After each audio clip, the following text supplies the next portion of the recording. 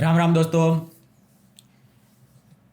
આપણા સનાતન ધર્મની આપણે કેટલી સેવા કરીએ છીએ, કેટલા કામ કરીએ છીએ ને એની ઉપર હવે સનાતન ધર્મએ આત્મચિંતન કરવાની દોસ્તો જરૂર છે.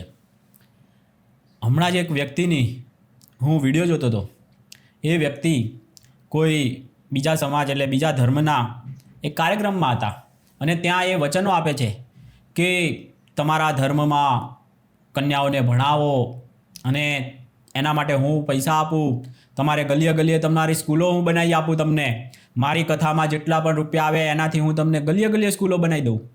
આવા બધા એ વચનો આપે છે. હિન્દુના નહીં, હિન્દુનો કાર્યક્રમમાં નહીં, બીજા કાર્યક્રમમાં. તો સારી વાત છે, ગલીએ ગલીએ સ્કૂલો બનાવી આપે. તો દોસ્તો, આ પૈસા જે આવે છે એ ધર્મ માટે વપરાવા આપે છે કે પછી સમાજમાં સામાજિક કાર્યો કરવા માટે આપે છે? આ વિચારવાની જરૂર છે. જ્યારે સનાતન ધર્મનો કથા હોય તો ભગવાન માટે વપરાવા જોઈએ, ભગવાનનું નામ ઊંચું થાય, સનાતન ધર્મનું કંઈક સારું એવું સ્થાન, ધારો કે મંદિર છે, એવું કંઈક બનાવવા માટે વપરાવા જોઈએ. એના બદલે આપણે શું બનાવીએ છીએ? Hospital, school.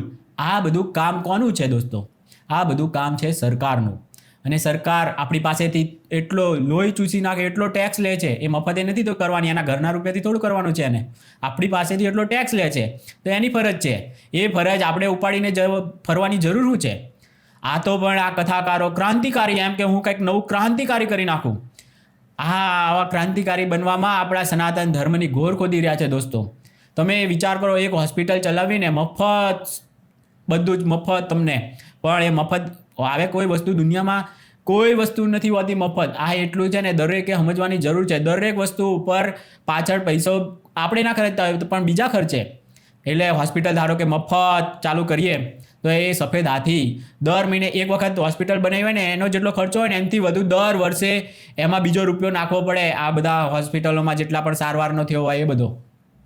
એક ઘરમાં, આપણા ઘરમાં કોઈનો હોસ્પિટલનો આવી ગયું હોય તો આખી જિંદગીની બધી જ બચત છે ને એમાં વેડફાઈ જાય, એ બધા એ હોસ્પિટલના ખર્ચામાં. એવું જ છે દોસ્તો, સનાતન ધર્મનો રૂપિયો છે ને આ હોસ્પિટલો પાછળ વપરાઈ જાય છે. સમાજ સેવાનો ઠેકો આપણે લેવાની કોઈ જરૂર જ નથી. સમાજ સેવાનું કામ ને એ બધું જેટલું પણ હોય તો સમાજ સેવકો કરે. તો પછી તમે સમાજ સેવક બનો ને ભાઈ. ધર્મની કથા ને કથાકાર ને ધાર્મિક ઝંડા લઈને ના ઉપાડીને ફરશો તો પછી તમે બની જાઓ. બધા છે જ સમાજ સેવકો. પેલા પોપટભાઈ છે, ખજૂરભાઈ છે, જે કેટલા આવી ગયા છે સમાજ સેવકો, જે સ્કૂલો બનાવે છે, ઘરો બનાવી આપે છે, જાતનું બધી જાતનું કરે છે, ગરીબોની સેવા કરે છે. અને સ્કૂલો તો ઓલરેડી કેટલા બધા બાંધે જ છે સ્કૂલો તો. અને એક મંદિર ધારો કે બનાવી નાખ્યું હોય, ધારો કે 5 કરોડની છે કથા અને એમાં ભેગા થયા 15 કરોડ, તો 15 કરોડનું મસ્ત મંદિર બનાવ્યું હોય દોસ્તો. મંદિર એવી જગ્યા છે ને કે જેમાં છે ને આવક થયા જ કરવાની છે. એક વખત તમે ખર્ચો કરી દીધો પછી એમાંથી આવક થવાની છે. એમાંથી પછી તમારે બીજો ખર્ચો કોઈએ પૈસા અંદર નાખવા નથી પડવાના. જ્યારે હોસ્પિટલને એવું એ વસ્તુ એવી છે ને કે એક વખત તમે બનાવી દો એટલે પૂરું થઈ જાય એવું નહીં. પછી દર મહિને બિલ આવીને ઊભું જ હોય મોટું મોટું. એ ખર્ચાઓ જેટલું એને બનાવવામાં થયા હોય ને એટલું તો દર વર્ષે નાખવાનું જ થાય. તો આવો ખર્ચો પછી તમે વિચાર કરો, એ પછી સનાતન ધર્મીઓ લાંબા થઈ જાય કે ના થઈ જાય? પણ આવો કોઈ વિચાર કરતા જ નથી, કારણ કે એ લોકોએ મહેનત કરીને પૈસા નથી કમાયા. જે લોકો થોડુંક ભણેલા હોય એને ખબર હોય કે ભાઈ આ વસ્તુ કેટલું અઘરું છે પછી ચલાવવું, આ આત્મનિર્ભર બનાવવાનું, આવું બધું એ લોકોને મગજ જ ના હોય ને. કાંઈક ભણ્યા હોય, કાંઈક મહેનત કરીને 1 રૂપિયો કમાયો હોય તો ખબર પડે. પણ આ તો બસ કે હું હોસ્પિટલ બનાવી આપું, તમને કથા કરી આપું અને જે રૂપિયા થાય એનાથી તમને ગલીએ ગલીએ સ્કૂલો બનાવી આપું. તો પછી તમારે કહેવું હતું ને ભાઈ, આદિવાસી એરિયામાં ધર્મ પરિવર્તન થતું હતું તો તમે સરકારને શું કામ આજીજી કરતા હતા ભાઈ? તમે સરકારને શું કામ આજીજી કરતા હતા? કારણ કે તમારે જે સરકારને કામ કરવાના છે તમે કરવા માંડ્યા છો, અને તમારે જે કરવાના છે એ તમારે કરવા નથી. તમે કહો એ બીજા કરે તો બીજાને ખો આપી દો. આ બહુ ક્રાંતિકારી, આવા ક્રાંતિકારીઓ સનાતન ધર્મ ઉપર હોય ને આવા જોતા જ નથી. ક્રાંતિકારીઓ નથી જોતા ભાઈ. અમારે સનાતન ધર્મનો ઝંડો ઊંચો કરે ને એવા જોઈએ છે. કજિયાખોરોએ નથી જોતા અને ક્રાંતિકારીઓએ નથી જોતા. આ તો કેવી ક્રાંતિકારી આમ વ્યાસપીઠ પરથી એ કરતો હતો કે સંડાસ બનાવો, દેવાલયની જરૂર નથી. આ રીતે દોસ્તો આ સનાતન ધર્મની ઘોર એ પહેલેથી ખોદતો આવ્યો છે. ખબર તો લોકોને હવે પડી. આણે તો બધું આયોજન કરેલું હતું. કેવી ભગવાન રામનો જન્મ થાય ને કથામાં તો એક દિવસ રામ ઉત્સવ કરાય ને, એવી જ રીતે એને તાજિયા પીટવાનો ઉત્સવ કરાવવો હતો. એણે એના માટે યા હુસેન એ છાતી કૂટવાનું બધું શરૂ કરી દીધેલું હતું. ધીમે ધીમે એ કરવાના જ હતા કે તાજિયાનો આખો ઉત્સવ રામ કથામાં આપણે થાય. આવું બધું છે ને એ કરવાના હતા ભાઈ. એ બધા જ એને છે ને સર્વોપરી ભગવાન હાથે એની છે ને ગાડી ભટકાઈ ગઈ. ચકનાચૂર થઈ ગયા એના સપના બધા, એની અંદરથી અલી બધો નીકળી ગયો, બધા ભૂત બધા ઉતરી ગયા દોસ્તો. હા, સર્વોપરી ભગવાન કહેવાય તો ખરા હે. હું તો બધાને સર્વોપરી કહું. કૃષ્ણ ભગવાન સર્વોપરી છે, શંકર ભગવાન પણ સર્વોપરી છે. તમે જે શાસ્ત્રોમાં માનો એમાં એ સર્વોપરી જ છે. તો તમે કોને માનો છો તમે નક્કી કરી લો. તમે હવે બોલતા થયા કે હા આ લોકો તો નહીં ગાંઠે, કે તો આ લોકોએ પહેલાં શું કર્યું કે તમે સર્વોપરી ના કહેશો, બધા હરખા કહો. પણ બધા હરખા તો શાસ્ત્રો પ્રમાણે પણ ખોટું છે. એટલે બધા હરખા તો કંઈ નથી એકવાના. અને બધા જ પ્રેમાનંદ સ્વામી મહારાજનું બધાનું અત્યારે હવે વાયરલ થયેલું બધું બતાવ્યું ગુજરાતમાં. તો હવે એ લોકોએ છે ને કીધું કે હા સર્વોપરી હવે આપણું એ નહીં ચાલે, કે આ લોકો તો નહીં ગાંઠે. એટલે હવે બધાએ હવે શીખવું પડશે. શંકર ભગવાનને માનતા હોય તો શંકર ભગવાનને સર્વોપરી કહેવા માંડો, કૃષ્ણ ભગવાનને માનતા હોય તો કૃષ્ણ ભગવાનને સર્વોપરી કહો, જેને માતાજીને માનતા હોય તો માતાજીને સર્વોપરી કહો. એના વગર ચાલવાનું જ નથી દોસ્તો. નહીંતર તો 5 ટાઈમ ભૂંગળા વાગે જ છે, અમારા જ સૌથી મોટા. આ બધા હરખા કરી અને તમને પછી તાજિયા પીટતા કરીને તમને દફન વિધિ કરાવતા કરવાના હતા. પણ એ બધો ખેલ હવે બંધ રહ્યો. હવે કઈ બાજુ જવું એમને હવે સમજાતું નથી, કઈ સાઈડ લેવી હવે. કારણ કે એમના તો બધા સપના ચકનાચૂર થઈ ગયા.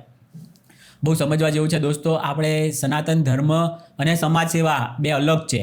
પહેલાં કામ કરી નાખો સનાતન ધર્મનું, પછી એ મંદિર એક બનશે ને તો એની આવકમાંથી સ્કૂલો બનશે, સ્કૂલો ચાલશે, પછી હોસ્પિટલ બનાવીએ કાંઈ એમાંથી, એ બધી મંદિરની આવકમાંથી પછી થાય. મંદિર એટલું જોરદાર હોય અને એમાં આવક સારી હોય તો એ પ્રમાણે ખર્ચા પછી સમાજ સેવામાં વપરાય. ભગવાનના જ રૂપિયા છે, પણ પહેલાં તમે ભગવાન પાછળ તો વાપરો. ડાયરેક્ટ તમારે હોસ્પિટલ બનાવી, ડાયરેક્ટ સ્કૂલો બનાવી એવું ના કરાય. તમે મંદિર બનાવી નાખો, પછી મંદિરની આવક થશે, એમાંથી પછી બનશે જે બનાવવું હોય. આ ધારો કે કથાના બદલે બી ખાલી મંદિર બનાવી નાખે તો તમે વિચાર કરો કે 5 કરોડની કથા હોય એના બદલે 1 કરોડની કથા કરો, 4 કરોડનું મંદિર કરો. તો તમે વિચાર કરો એ કથા 7 દિવસ પછી પૂરી થઈ જશે, પણ મંદિર તો ત્યાંનું ત્યાં જ આખી જિંદગી રહેવાનું છે.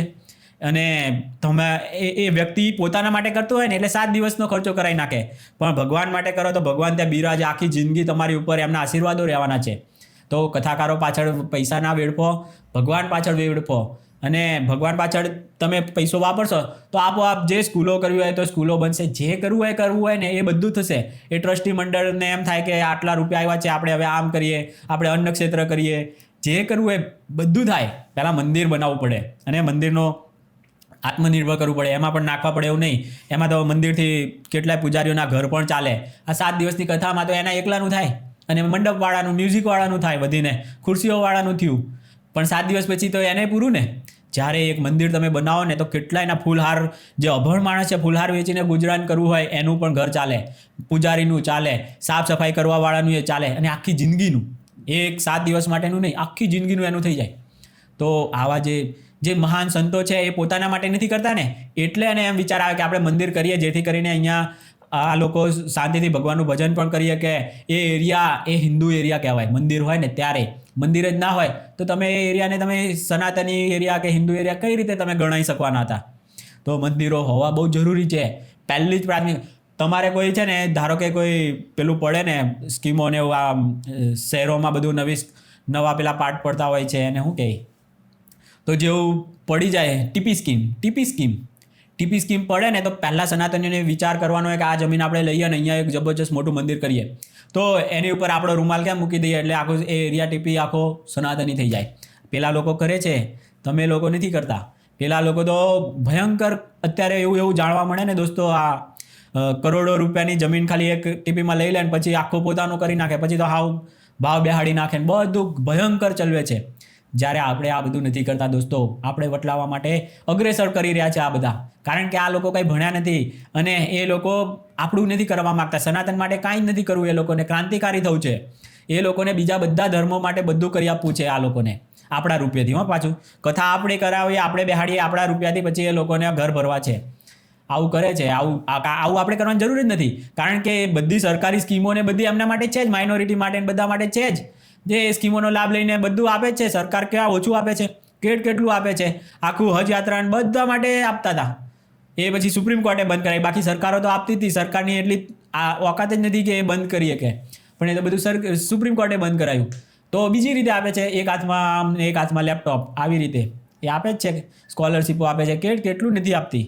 અને એ આપણે શું આપી શકવાના, વધીને એને સ્કૂલ કરી આપવાના, પછી બીજું એ જરૂર પડશે એને બધું કરી આપવાનું. બધાને આત્મનિર્ભર થવા દો. આપણે ભગવાન માટે કરો, ભગવાન માટે જરૂરી છે આપણે કરવાનું. આપણે બીજા કોઈનો ઠેકો લેવાનો જરૂર જ નથી. આ તમે ક્રિશ્ચિયાનિટી જુઓ તમે દોસ્તો, એમના દેશમાં એ લોકો હોસ્પિટલ ચલાવે છે, આ સમાજ સેવા અહીંયા આવીને કરે છે. એમના દેશમાં કેટલી કરે છે જોયા હો. બધું એ સરકારો ઉપર જ કરાવે છે, કારણ કે એમનું કામ એ છે જ નહીં. એટલે તો દોસ્તો આ બધું સમજો. ચાલો બીજા કોઈ વિડીયોમાં મળીએ, ત્યાં સુધી રામ રામ.